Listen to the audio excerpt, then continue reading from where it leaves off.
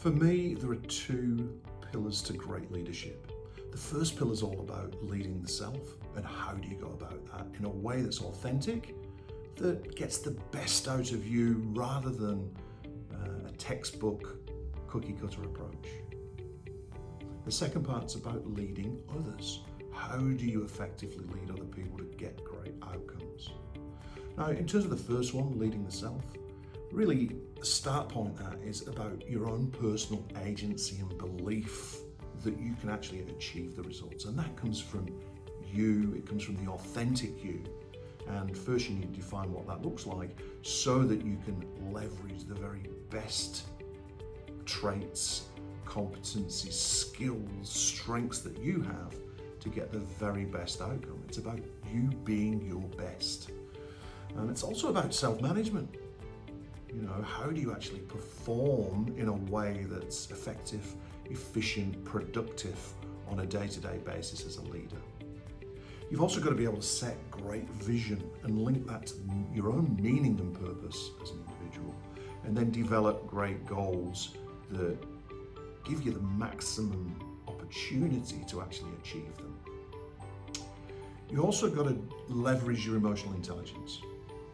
And your emotional intelligence basically is how do you use your emotional smarts to get great outcomes both for yourself and for others.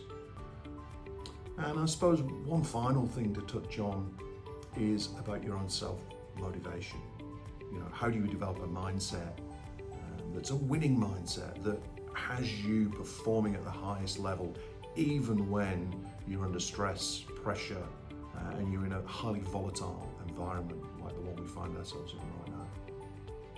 On the other pillar, which is the one about leading others, and that's really again about how do you set vision, strategy, purpose, and goals for a team.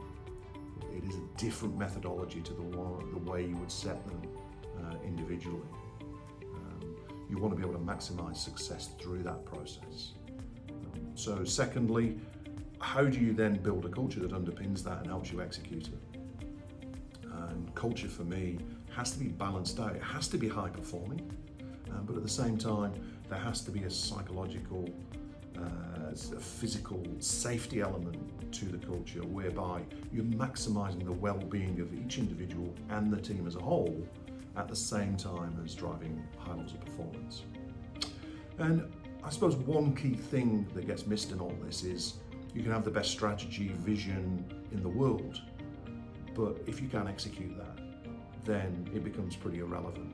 So how you execute strategy through that great culture, for me, is the key to the puzzle of